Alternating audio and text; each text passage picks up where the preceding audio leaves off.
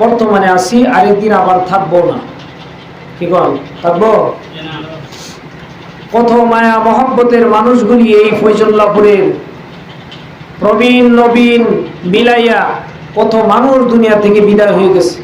আজকে এই গ্রামের বয়স 45 থেকে 47 বছর চলছে। কত মানুষ দেখছি, কত মুরব্বী বাবাদেরকে দেখছি, কত মায়া মহব্বত আমাদেরকে করেছে, কিন্তু আজকে সেই মায়া মহব্বত থেকে আমরা বিচ্ছিন্ন হয়ে গেছি। সেই মানুষগুলি আজকে আর নেই, যারা আমাদেরকে পলকে পলকে স্মরণ করত, আমাদের জন্য দোয়া করত। আজকে আমরা তাদের জন্য দোয়া করার সময়টুকু আমাদের কাছে নেই। কত মানুষ এই কবরের বাসিন্দা হয়ে গেছে, তারা আমাদের হাতের দিকে, মুখের দিকে তারা তাকিয়ে আছে, কিন্তু আমরা তাদের কবরের পাশে যাইয়া তাদের শরণার্থে একটু দোয়া করার সময় আমাদের কাছে নেই। আমাদের পূর্বপুরুষ, বিশেষ করে ফয়জুল্লাহপুরের যে মুর্তেকান, তাদের জন্য আমরা খাস করে অন্তর থেকে আমরা দোয়া করতাম যে আমাদের মায়া মহব্বতের মানুষ, কারো বাপ, কারো মা, কারো ভাই বেরাদর, কারো স্ত্রী পুত্র, সন্তান সন্ততি তারা কবরের মধ্যে চলে গেছে। তারা একমাত্র আমাদের দোয়ার আকাঙ্ক্ষী, দোয়ার মহতাজ তারা। সুতরাং তাদের জন্য যদি আমরা দোয়া করি, তাদের জন্য উপকার।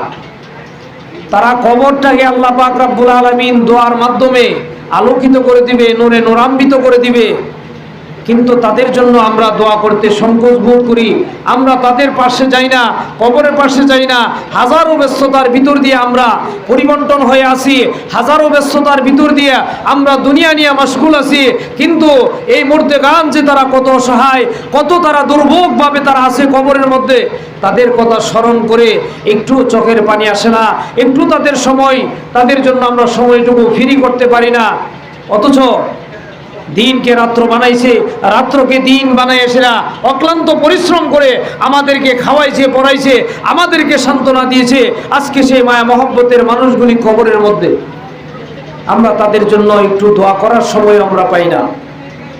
সময় আমরা কোথায় পাই? যখন মৃত্যুর লাশ সময় পাই। আমার কথার দিকে আমি সংক্ষিপ্ত আলোচনা করতেছি। আমরা ওই সময়টুকু আমরা ফ্রি পাই। জানাজার নামাজের সময় ইমাম সাহেবকে আমরা ওয়ার্নিং দিই, ইমাম সাহেব নামাজের পরে কিন্তু আমার বাবার জন্য দোয়া করি। জানাজার নামাজের পরে দোয়া করেন।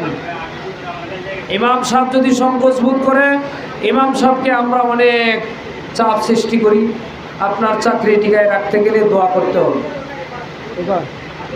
করিনি আমরা? কিন্তু এটা কি কুল্লু বিদআতিন দালালা ওয়া কুল্লু দালালাতিন ফিন্নার, এটা বিদআত।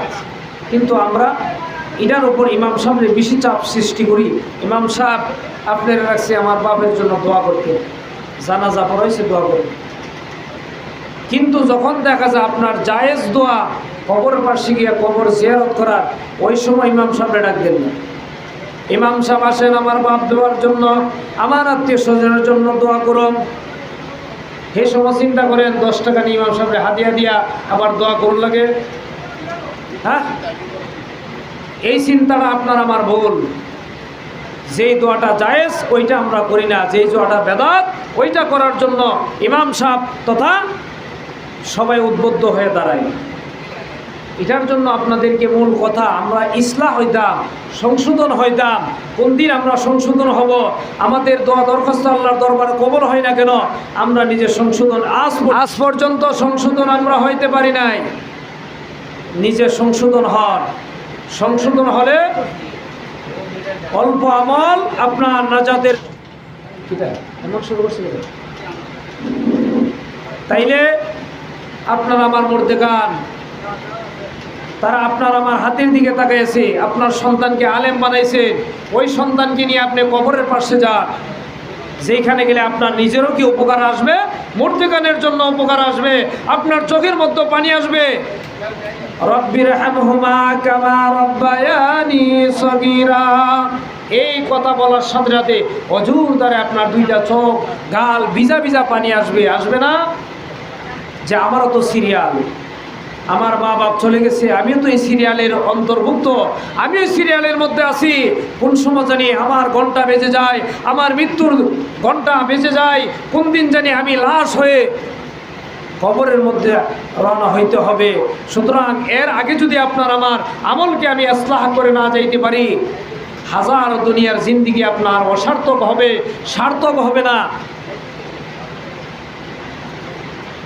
ওলামায়ে কেরাম আজকে যেই মাহফিলের ইন্তজাম করেছে, যদিও ছোট আকার হয়ে থাকে,